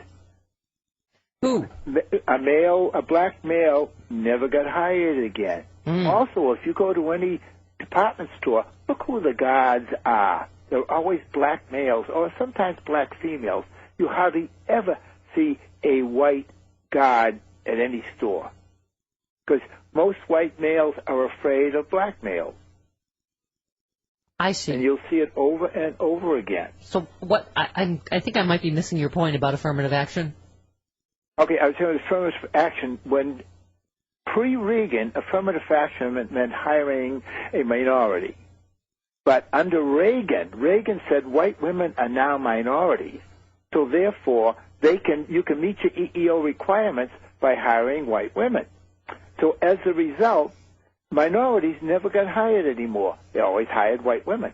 And that's, if you notice everywhere around, you don't see black males in any positions anymore. Mostly it's white women. Okay. That made no sense to me. Where the gods are. I think the term Orientals threw me off in the beginning of the conversation. And because, don't get me started on the Orientals. And apparently only blacks are security guards? Or department store security, yeah. Right. I don't know about that. There are too many white women working, apparently. Yes. What? Too many. Okay. That might have been the most insanely idiotic. Not really certain. What you just said is one of the most insanely idiotic things I have ever heard. At no point were you even close to anything that could be considered a rational thought. Everyone in this room is now dumber for having listened to it. I do have to give him 1 point. For some reason, they still think it's okay to call snack mix Oriental mix. So maybe in some corners, people think that's still okay. Oriental means Eastern, and Occidental means Western. Right. So it's appropriate to call something Oriental mix, because it's not named after people. It's named after... There you go. It's a rice cracker. Just don't get me started in the Orientals. Oh. Yeah, see, when you call a person an Oriental, that's where you get into... That's old-timey. Yeah. Okay. Cameron in Vancouver, here on the Vancouver? Vancouver. Vancouver, Canada. Yes. Vancouver. I'm sorry, what did I say? I don't even know what I said. Vancouver. Vancouver. It was that last guy's fault I said that. That's a Dutch raccoon. All right, go ahead. Go ahead. Yeah, I'm just going to comment about the whole voter ID thing. And we have it up here, and we've never thought about it the way you guys have. But our elections are maybe run slightly differently. So Election Canada is the governing body that makes sure everybody's registered and all the rest of it. Everybody who's eligible and on the vote gets voter ID mailed to or registration forms mailed to them when they turn 19, and then they fill all that forms in. But there's a couple different ways that we can show ID when we go to the polls. We can either show a driver's license, and if you don't have a driver's license or your wallet gets stolen, you can show your care card, which is our government-issued Medicare identification, or any other government bill, like all our hydro companies, like hydropower. They're government-run, so that anything that shows your address and your name on it. Okay, that's what voting should be a boot. Right? All right, right back. Coffee with Carlos on the Stephanie Miller Show. Yeah, it is the Stephanie Miller Show. Why is it time to feel good? That's good coffee. I take it hot, like my man. Coffee with Carlos sells Rocky. Have a Zimbabwe latte. I'll have a Kenya cappuccino. Jimmy never has a sink of coffee at home. Mountain grown coffee. Carlos sells Rocky. I was going to make espresso. And baked by Juan Valdez. Coffee with Carlos. Good to the last drop. Yum, yum. Buenos dias, gente del mundo. Carlos was just turning Fred into Snarly Guard Dog. Show everybody. All right, everybody. I'm going to sue you. Good morning. Good morning. Good morning. Hi, Riley. Hi, Austin. Hi, Holly. Oh, I do that right up front. Yeah. Precious daughter. He is in from Vagina Island, as he is every Wednesday, on his way to Chicago with us this weekend. Yep. Hooray. Sexy liberal. Sexy liberal Chicago. Yeah. By the way, let's see. Dennis says, staff, a University of Colorado Boulder professor has determined that Chicago is the funniest city in America. It is. Only to become funnier with the arrival of the Sexy Liberal Tour this Saturday. P.S. Denver is number 8. Hint, hint. Oh, City by the Bay. All right. Satire. We love you, Denver! City by the Bay! Chicago is just an intrinsically funny city. Chicago by the lake. City by the lake. Right? There, you get your Polish city influence, you got your Greek influence, you got your gang influence. Wait, stuff like Shamburg and Wacker, just funny. Don't know why. Shamburg and Wacker, right down there, Clark and Addison, the Cubby Bear, right by the park. The Bears, the L. Hey, did you take the L? You mean the elevator train? Yeah, the L. The L. Bags of glass and bags of vipers. Funny. They're all over the place. Lincoln Park. Yeah, Lincoln exactly. Park's crawling with vipers. Crap in a basket. You and Jim Ward, obviously Yes. Chris and Jim will be your masters of ceremony Saturday night. Hurry to get those last remaining tickets. But you and Jim have been rehearsing. Yes. An Oscar Pistorius thing, which sounds... to the classic tune of If I Fell by the Beatles. We'll just give you a little bit of tease. There won't be any harmony here, but at the Chicago Theater, there will be glorious lots of harmony. If you fell in love with me, would you promise not to flee? I'll help you understand that I've been in love before, and I'll shoot right through the door if you make me mad. Just a little tease. Oh, very nice. Thank you.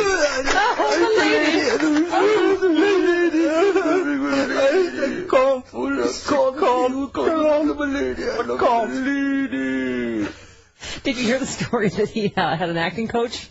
Oscar Pistorius? Was it OJ? And yeah, he needs that money back because that was horrible, over-the-top performance. Oh, give it a rest.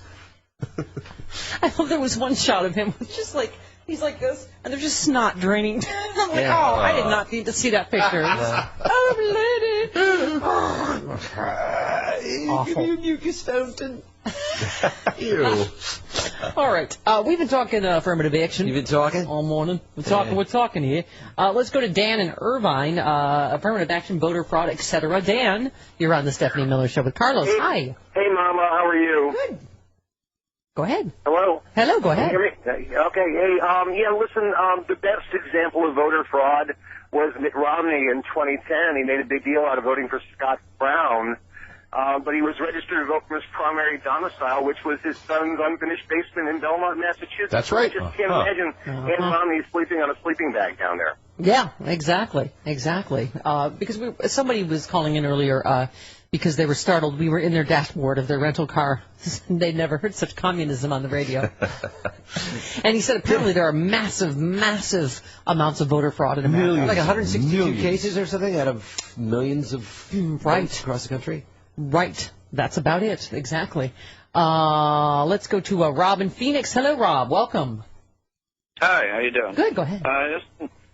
All these people calling up about the voter fraud, it's funny. I haven't heard anybody complain about the electronic voting machines. The I used to diabols, work yeah. for a company that built and maintained and programmed and serviced all these electronic the voting machines, kind of like the Diebold. It wasn't. Yeah, we talked about it a lot in 2004. Yeah. How could there not be a paper trail? They were infamous back in the day. You don't hear anything about them anymore, but they're still being used.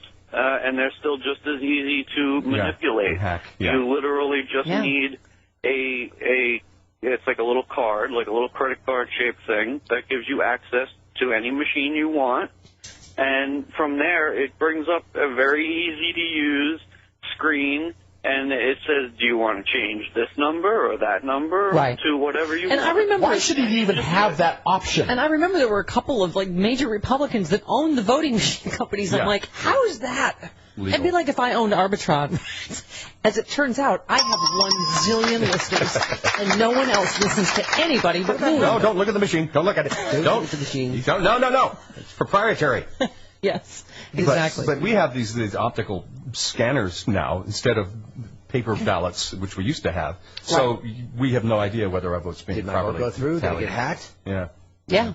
And didn't they, remember in Ohio in 2004, they're like, oh, this voting machine is broken. We have to take it to our shop. The shop. Where are you going? I'm taking it back to the shop for repair. I have to fix it, my little tot. My sweet little tot, the fake Santa Claus lied.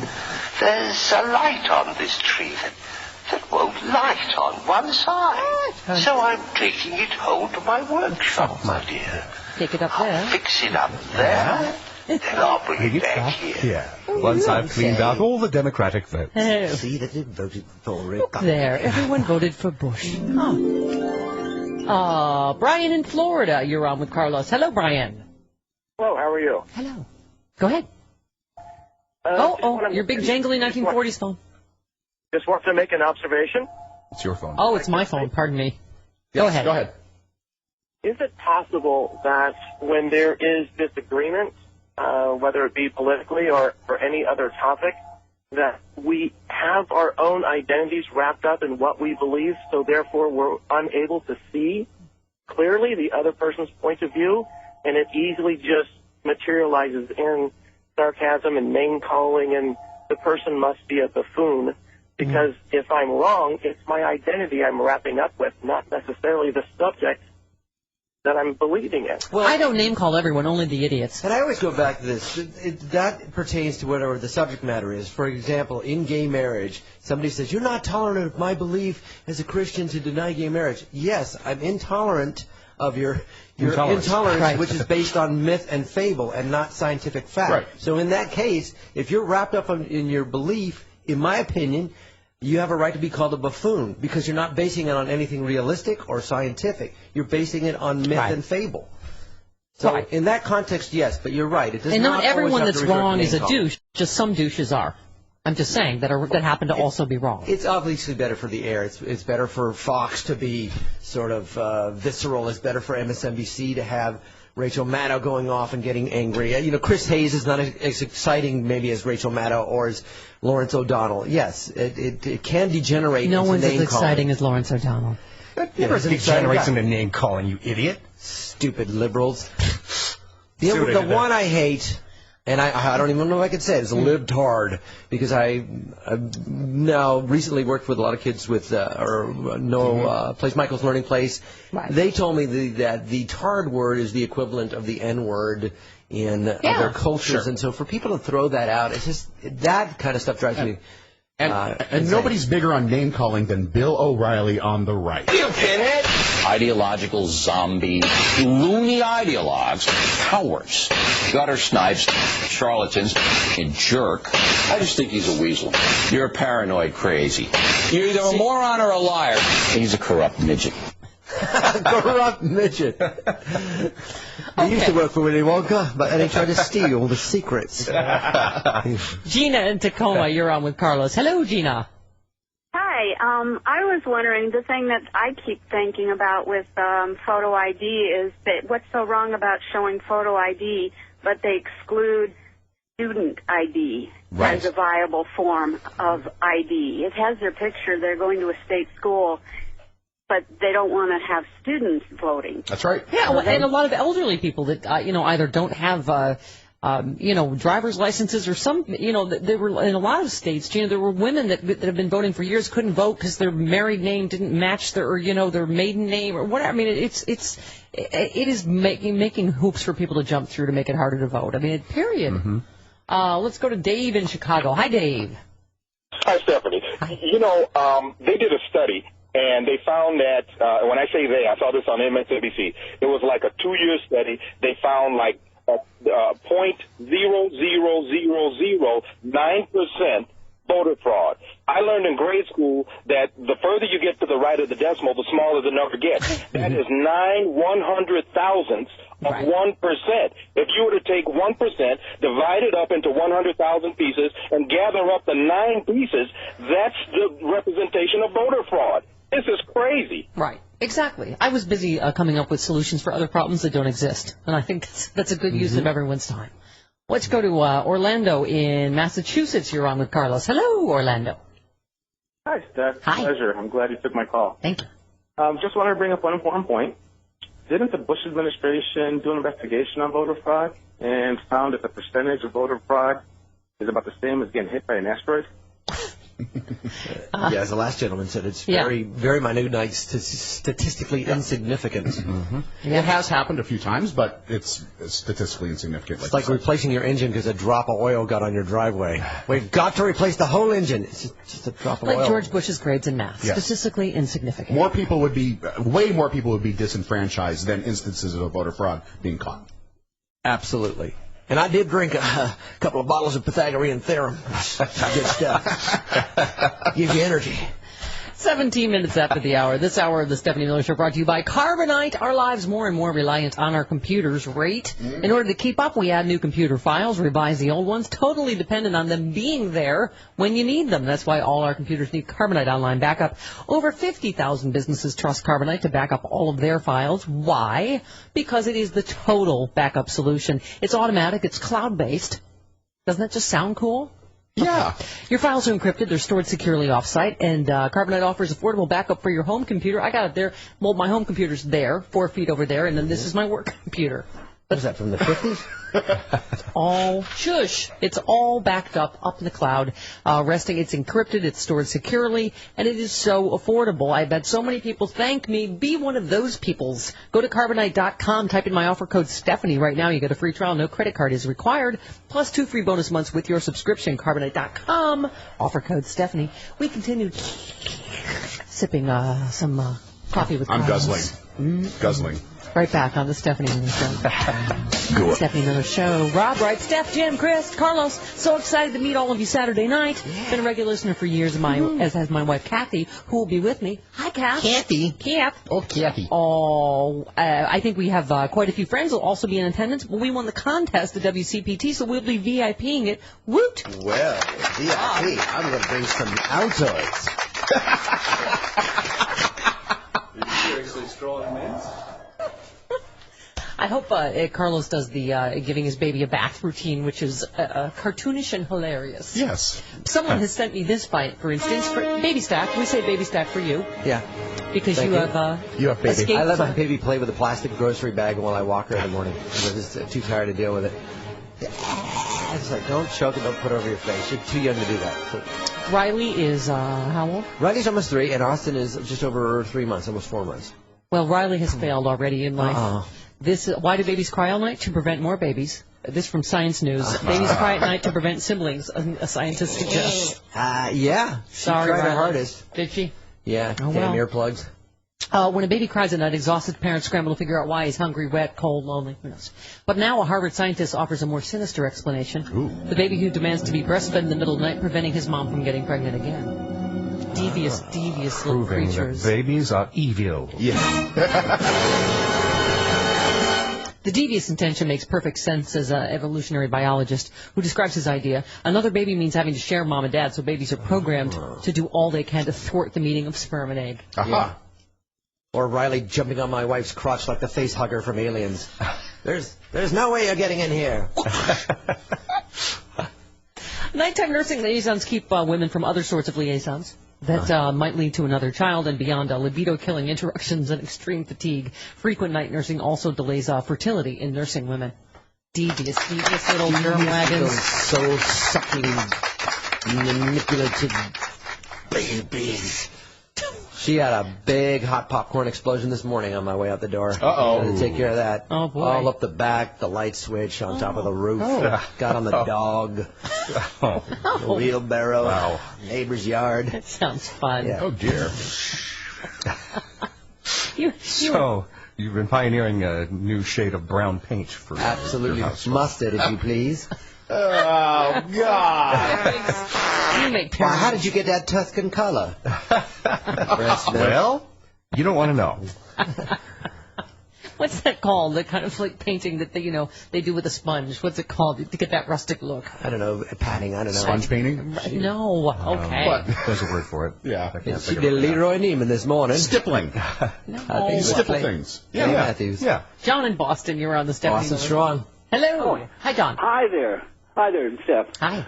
First of all, can I become the official portrait artist / ventriloquist of the Stephanie Show? Wow, yes. Yes, please. You do them at the same time? Is it you or your puppet that make the painting? No, not at the same time, but I do design my own puppets. Wow. But anyway, the thing about voter fraud, first of all, we know that's ridiculous. It's totally false. But secondly, if they do want to have voter ID, let them go ahead, but let the states pay for the things. Let everybody get one For free. from the state free of charge. Yep. And have the taxes pay for it. Otherwise, shut up about it. It's just stupid. Shut up about it. Yeah. That's Boston Strong for you. Shut up. That should be a T-shirt. Shut up about it. Shut up about it. That's wicked retarded. Wicked retarded. All right. Girl's hot. Boston gets a pass on that thing that you're not supposed to. Right. Okay. She can vote. She's a smokehouse. What? The girl's hot. She's a smokehouse. Eric in Dallas. You're on with Carlos. Hello, Eric. Hello. How are you this morning? Thanks for taking my call. Yes. I worked in the 90s. I worked at 2 dance clubs in Dallas, down in the Deep Ellum district. Mm-hmm. And we had minors that would come into the club. And I just wonder how many of these Republican people think that a misdemeanor by getting a fake ID presented with your voter identification, which the poll people are not trained to scan for fake IDs. I just wonder how many of them are going to get by with a misdemeanor offense as opposed to the felony of voter fraud. Yeah, well, I think that's the point someone was making. Like, who's going to risk a felony conviction to pretend to be someone else to vote? It just the whole premise of it doesn't make sense. Anyway, all right. By the way, World War III is starting. Have we covered that yet? U.S. troops have headed to exercises in Eastern Europe. They're just exercises. Just stretching. Calisthenics. Yes. Light stretching. CrossFit. Is it CrossFit? Let's get into a little CrossFit. Yeah. CrossFit's not exercise. Sorry. I'm going to get crucified about that now. You and my sister-in-law are going to have to go at it. All right. Is there any spinning? What are they doing over there exactly? They're just jumping and pulling and yanking. All right. Vice President Joe Biden in Ukraine yesterday, I believe. Here he is, Vice President Joe Biden in Ukraine, or not. Russia to stop supporting men hiding behind masks in unmarked uniforms sowing unrest in eastern Ukraine. They're called them green men. The green men? The green men. They're wearing green uniforms. Like from Heavenly Creatures. They all look like Orson Welles. 29. There's a reference. Go look it up. Yeah. Look it up. 29 minutes. Farm, Northwest Lincolnshire. Right back on the Stephanie Miller Show. I found I couldn't sleep last night, so in order to pass the time, I started to make a list of things that annoy me more than... Stephanie Miller. Anyway, I came up with people who call Wednesdays hump day, and of course all Sandra Bullock movies. I love Sandra Bullock movies. You know why? Why? Because I'm the Heat. Okay. Oh, look, Max is here. He's a giant man in a dog suit. Okay, that annoys me. What? That's when he does his cruise ship impression, because Max is large. Who doesn't have enough lifeboats? You. You little Carnival Cruise dog. You little royal in the morning, canine. In the evening. Oh, somebody, Yeah? let's see, somebody is depressed and they need to hear Jesse Pinkman. Yes, depressed. Yo, wake up, bitch. Get happy. Let's do it. Want to make you happy by the kooks. It's from Nathan and his girlfriend. Yeah. Okay. I don't know if you saw this, but the guy who plays Jesse Pinkman, Aaron Paul, was at Coachella the first weekend, and he was photobombing every picture he could get himself into. Yes. Like, you see galleries of people taking pictures, and Jesse Pinkman is in the background going, bitch. Admit bitch. Yeah. Bitch. He just seems like a really nice, fun guy. He's just, can't believe I get paid for this. Yeah. It's great. All right, so, Sexy Liberal, Chicago. By the way, the guy who owns the show that's trying to kill me for the life insurance money had a way to save money. And that is to have Chris and Jim ride in the wheel well. Since that kid... In Somalia. Right. He wanted to go to Somalia. Oh, but he ended up in Hawaii. Oh, don't you hate when that happens? Yeah. I don't think there's a direct flight to Somalia from San Jose. Your vacation paradise. Yeah. What? Well, apparently that's where he was from or something. Or Like that's a where his really mom bad or prize on the dating game. The good news is you're going to Hawaii. The bad news is you're riding the wheel well. There's a man in the wheel well. Since the only song we learned I can play on guitar is "Leave It on a Jet Plane," Tommy Columbus has written some. The dawn is breaking, it's early morn. The plane is taxing, Jim is watching porn. In the wheel well, he feels like he might die. So, okay, all right. Thank you. You sounded like a grandma singing this song while she was making bacon in the morning. In the wheel well, la-da-dee. Grandma, your eggs are ready. Come change my bath. So change Mommy's bathwater. She had an accident. I don't know why I love that. Yeah. I just do. Okay, there he is, Buddy in Columbus. Hello, Buddy. You're on with Carlos. Hey, happy Miraculous morning. Happy what? Miércoles. Oh, Yes. Miércoles. Miércoles. Dropping a little Espanol. Hey, Carlos. Yeah.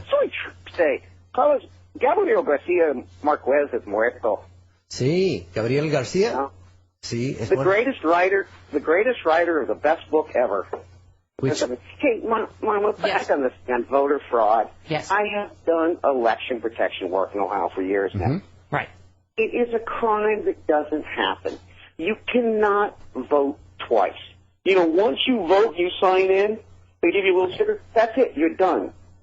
You can't do it. You can't go back in line, you can't vote again, you can't go across town and vote again, because you just can't, because we have electricity and phosphorus and computers. Yeah. And if you try to vote twice, you're caught. The odds in Ohio of voting twice are less than being hit by lightning twice. Wow. And if you go back in line in Chicago, you wait till the next, in Ohio, if you go back in line in Ohio, you have to wait till the next 4 years because they're like 9, 12-hour lines. So. Yeah, exactly. Literally. Literally, my friends. Literally. Okay. Oh, by the way, I see you were texting during the... A little bit. Yeah, a little bit. This is a great piece in the... since we are all comedians, pretty much. Yeah, pretty much. About how often haha and LOL are used in texting and how... OMG. Lol. I never do. I never use haha. I'll go ha, but I won't add the second ha. Somebody wrote a great op-ed in the LA Times. They said, last week I sent a text message to a friend, a Hollywood business meeting I had high hopes for. It suddenly been postponed. Everyone canceled except me, I texted. She texted back, haha. What's so funny about it, I wondered, haha and its partner LOL are texting's go-to replies, a vaguely complimentary, vaguely condescending way to acknowledge that a text has been received. It's, you know what it is? Ha-ha and LOL are like that courtesy laugh that you would get as a comic when it's 1 in the morning, and you come in there and they're like, ha! Which is good. Right, so I get on stage. That's what that is. That's what he says in here. It's the way you politely laugh at a story someone tells at a party, even though it isn't funny. So you now can... Right. Or if you're watching the big picture and you're telling a story about thimbles. You know, thimbles have a very long and important history. It's Kevin Bacon's response to J.T. Walsh. He says maybe the NSA can confirm it, but I guess haha and LOL are approaching 1 billion sends a day. About 3 ha-has and 3 LOLs for every American. My 20-year-old friend Ida is the Barry Bonds of ha-ha. I could break my femur, and that's why I get back from her. I admit to sometimes being a lazy texter. Like, I'll just text back XOXO. It's like, yeah, I got your text. Yes. Okay. Love you, mean it. Okay. I always joke that they say y'all so much in Texas, they ought to have a y'all key on the keyboard. Y'all. Good point. Even if a text is funny, no one's really laughing. Walk down any street and people have their heads down staring at their phones texting or looking at text. None of them is actually laughing out loud. So you mostly are lying when you say that. Yeah, you're not. They aren't even smiling. Some of them are running over bicyclists. But you're also lying when you're politely laughing at a story that someone's telling at a party. Right. They said they might be typing haha or LOL, but they're not living. I don't get W. They're not texting the truth. LWMF, laughing with my fingers. Well, in conversation, you don't tell the truth many, many, many times just because you don't want them to explain it. That's right. I like you, Chris. This is a shocking thing to say. He said, I'm not saying you shouldn't haha or LOL, but maybe change it up every now and then, maybe frame a real response. That's why text was invented, to have to not have a real response or any real contact with a real person. I just had a messy fart in my trousers. That's what you texted to me. That was my response. I just had a messy fart in my trousers. I don't know. That was a real response. Yes. Hello, John in New Mexico. You're on with Carlos. Hi, Stephanie, Carlos, and guys. On the subject of voter fraud, New Mexico is a border state, and one of the arguments you hear around here is that the undocumented immigrants will swarm to the polls to vote. And to me, that just makes no sense at all, because undocumented immigrants survive by keeping a low profile. Yeah. So I don't know why they would go to the polls and risk both a felony and getting deported. Right. Just to cast one vote. Right, exactly. It is just a fictional problem. Mm-hmm. Are they able to vote by absentee, though? Can they do it that way? I don't believe so. Don in California, you're on the Stephanie Miller Show. Hello, Don. Good morning, guys. How are you? Good. Go Stephanie? ahead. Yes. Pleasure to talk to you, Mooks. Carlos, listen, before I say what I was going to say, I want to mention that, Stephanie, may I be the umpteenth to say, nice brass. No, thank you. The voter fraud thing, the big hole in the whole deal is vote by mail. I mean, you don't need an ID to vote by mail now, do you? So the premise that there's some kind of voter fraud, well, if I wanted to defraud the voting system, I would vote by mail. Chris, if you, we were just saying, though, even to register to vote at all, even if by mail, you need to have... Yeah, in most places, you need to show something, whether it's a residence bill, a social security card, something, but you don't need a photo ID. You can use a student's, ID card to do that. So that's, if I want... In a lot of places, you can't use a student ID card. A lot of places have outlawed that. Well, I don't know what the deal is. I live here in California, so I don't know what the deal is. We don't seem to have a big voter fraud problem here. I mean, it's never been anywhere. Right, or anywhere. And that's the thing. It's like it's so transparent. It's a lot of places you can use a gun permit or whatever, but you can't use it. Oh, not student ID card. Yeah. Right. Mike. Forget about souls to the polls. I joined the NRA. Woohoo! Mike in Rockford, you're on with Carlos. Hi, Mike. Hey, Stephanie, how you doing? Good. Go ahead. Hey, real quick, with the voter ID thing, I just recently had a daughter who had to get her first driver's license, and we went down and we had to show her birth certificate, and we had to show a utility bill with our address. Mm-hmm. So according to Republican logic, if she gets pulled over by a police officer, should she show the police officer her driver's license or the utility bill and her birth certificate? Show it all 3 forms of ID. Well, the driver's license is specifically a license to drive on the public roads. Yes. So, driver's license. Yeah. Then I get what he said. Well, I mean, Yes. It's not more about... But I think that before there was an issue of like the grandfather clause, like if you had somebody voting in 17 elections and all of a sudden they're not allowed to vote, that doesn't make sense. Like, you can go back... They've been allowed to vote in the last 17 elections. Sure, clearly they live here and they're legal residents. And yes, they're senior citizens, but they don't have a form of yeah, ID with their picture on it. But they do have a record of them voting in the last 17 elections. Yeah, exactly. There was a lot of those stories of women in the 90s that have voted in every election and suddenly can't because they, and the people at the polling place know them. They've voted there for like 40 years. Well, polling places are always in the neighborhood, know, and so most likely you're going to know the people in your neighborhood. And now there's strictly things, they switch your polling places now every year. Just to, Yeah, right. Confusion. Exactly. Ninjas polling places. Boy Scouts have shut down the Seattle chapter with an openly gay Scoutmaster. Oh my God! I know. An organization that includes Weeblos cannot have the gay Scoutmasters. Actually, as you those know. are Cub Scouts, not Boy Scouts. Yeah. Okay. The Boy Scouts of America have revoked the chapters of the Rainier Beach United Methodist Church after their openly gay Scoutmaster was ousted in March by the organization, but its members refused to remove him. This is like, it's so ridiculous, their policy. They're like, okay, now we can have gay Scouts, but not Scoutmasters. So it's okay to be gay until you turn into an adult, and then you gotta stop that. Your gayness stops that ego badge, my friend. Yeah, but good for them. You cannot for standing up for it. You cannot soar higher than the eagle if you request the company of milk. All right, whenever you escape from Vagina Island, I like to keep one sports story. Go ahead. It's not really a sports story, but it's about Tiger Woods, so it's close enough. Yeah, there you go. Tiger Woods' ex, Elin, is that how you say it? Yeah. Elin. Crazy golf club woman. She's befriended Lindsey Vonn. Oh, wow. And went on vacation with her and Tiger. Isn't that modern? Oh, wow. Isn't that modern? Here, let me set your bindings for you. That's marvelous. I wonder what they could possibly have in common someday. Why don't we go for a ride by the lake? You sit in the front seat. Here, let me adjust my piano wire. No. Let's take a drive by the lake. Go ahead. Sit in the front. Yeah, go ahead. You'll be fine. Go ahead, Abe Lagoda. They're saying after meeting her, she found she actually liked her. The source says the whole group went on vacation together, and that the fellow blondes occasionally took off on their own to grab drinks together. Well, it was like Bruce Willis and Ashton Kutcher. Yes, that thing was happening. Lynn found they were very similar and have a lot in common, like the fact that they're both going to be divorced from the same cheating bastard at some point. They're both blonde. Just saying. Where are the white women at? Indeed, where are they? Hey, where are the white women at? I don't know. All right, Carlos Alzraki has to go. You have a fancy voiceover job. I have a fancy voiceover job. But I will see you in Chicago, and check out carlosalzraki.com or Twitter at carlosalzraki. Check it out. Yeah. Right. Sexy Liberal on Facebook, Sexy Liberal Twitter to get the actual ticket links. Don't go to those scam sites or those, what you call it, the scalpers. Do it. And you can see him live on stage. We will see you Saturday in Chicago. Bye, Carlos. We love you. Bye-bye. Love you. Mean it. Bye-bye. LOL. Right back on the Stephanie Miller Show. That is the Stephanie Miller Show. Welcome to it. 51 minutes after the hour, 1-800-STEP-12. Kevin in Chicago feeling very aggressive this morning. He says, thank Jeebus that idiot Bruce and his Flintstone rental car are only passing through Chicago. I think I'll get in my huge Dodge Ram and troll the highway searching for fat, bald holes, wearing glasses and driving erratically and put them in a ditch. Sometimes ram is a verb. Now, Kevin.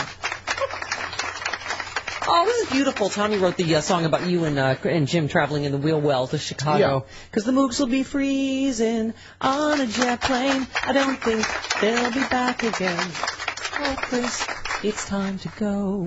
That's beautiful. That is such a beautiful farewell song. Ain't it, though? Thank you, Tommy.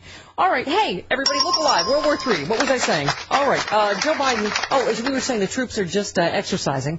They're just exercises. Calisthenics. Right. Aerobics. Right. A little hot yoga. Bikram. Right. They're doing a little Bikram. U.S. Army paratroopers arriving in Poland to begin a series of military exercises in 4 countries across Eastern Europe to bolster allies in the wake of Russia's annexation of Crimea. The exercises will last about a month. Wow. That's going to take some stamina. And a stretch. And a stretch long shower. You're going to have to ice that down. Yeah. It will initially involve about 600 troops. They will start in Poland, then head to Estonia, Latvia, and Lithuania. Vice President Biden in Ukraine. No nation has the right to simply grab land from another nation. No nation has that right. So, do the exercises include rhythmic dancing? I don't know. What's the thing? Samba? I can't remember what the name of the dance is. Zumba. Zumba. Right. Right. Chuck Hagel said, I think if there's a message Worse to than Moscow, CrossFit. it's the exact same message. It's the same exact message. We take our obligations very, very seriously on the continent of Europe. Looking at you, Putin. Looking at you, Pootie. Biden. Imagine where you'd be today if you were able to tell Russia, keep your gas. It would be a very different world you'd be facing today. Excuse me? Borscht makes you gassy. That's true. So does Chicken Kiev. All right. John McCain, I'm guessing that things are not bomby enough yet, perhaps? Okay. We should take them into NATO. We should restore the missile defense systems that we canceled in the Czech Republic and Poland. What if they don't want them? Yeah, Czech Who Republic. cares? Who cares what they think? We own them. All right, more importantly, Chris, there is Lindsay Lohan news. Oh, of course there is. When As is well there there not should be. Lindsay Lohan news? I think he does that to make me feel better about my weekends. It's the first thing he says Monday morning. Last night on Lindsay. Lindsay's show's over now. The season has ended. Right. So you're not going to get that on Mondays Now anymore. what's up with your life?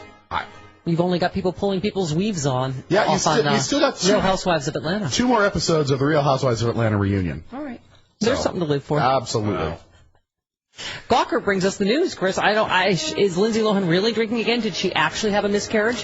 It's all apparently up in the air in the wake of the harrowing finale of her reality show. An interview with Lohan, timed to coincide with the end of Lindsay, has the actress downing vodka tonics and admitting that she's seeing a married father with a private jet and commitment issues. But Lindsay's people are claiming that the magazine made the whole thing up. And does she really have a sister who speaks with a British accent? Meanwhile, Radar Online has 2 separate sources claiming the actress lied about having a miscarriage. What?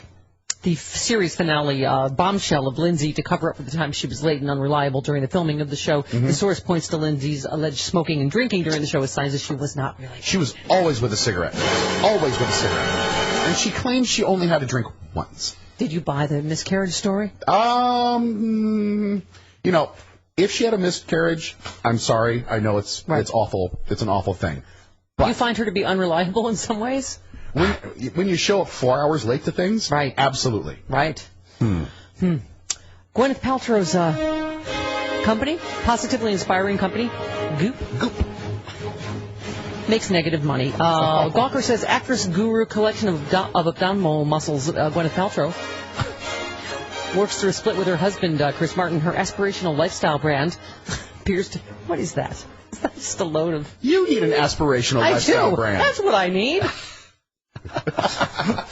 That would require me having any hope left in my life. Or aspirations, or lifestyle. She appears to be unconsciously coupling with a whole lot of money. In 2012, Goop owed creditors $1.2 million and had racked up losses of over $298,000. Yikes. Huh. Goop. That's aspirational. Oh, you're kidding. Speaking of rumors that are not true. What's the ass in aspirational? Yeah. Tom Cruise is not dating that girl from... Or any girl? From the girl from Orange is the New Black. That was the Laura Pepin, right. Do you have any great pepin? Oh. She was also from that 70s show. Right, Yes. right. She said, apparently, it's just so funny when people make stuff up. Apparently, I'm dating Tom Cruise right now, and apparently he doesn't want me doing the show because I portray a lesbian, and I'm a Scientologist. He would never want you to pretend to be something you're not. This is false. Where are they even getting this stuff? A rep for Tom Cruise says that they have actually never met. So, sorry. You'll have to get a new dream, everybody. I highly doubt they've never met because they're both high-level Scientologists. Yes. They commune at that celebrity center on Franklin all the time. But did They're Lindsay... probably in the Sea Org. All right, just throw that out. Aaron Sorkin has apologized for the newsroom. Listen, if I had to start apologizing for my TV shows, that would be, who has time for that? He's right to apologize for the first season. The second season was actually really good. He said, I think you and I got off on the wrong foot with Newsroom. I apologize. I'd like to start over. It was a little preachy the first season. Well, I would like to start over, too, with several TV shows, but no. She says no. Rupert Everett says Beyonce has elephant ankles. Oh, God. And of Simon Cowell, he said what he has done to the British music scene is completely devastating. That was absolutely dreadful. Yes, I'm guessing that he gave that a bad review. Yeah. Elephant ankles. That's not nice. That wasn't nice. No, it wasn't, y'all. Rupert Everett. Can be a little bitchy. Catty, little catty, bitchy. Yeah. Little bitchy. All right. All right, that is it for us. Don't forget SexyLiberal.com, Sexy Liberal on Facebook for those tickets for Sexy Liberal Chicago. Yes. Mookage and John and Carlos. We will be talking to John on Friday, of course, and we will see you tomorrow on the Stephanie Miller Show.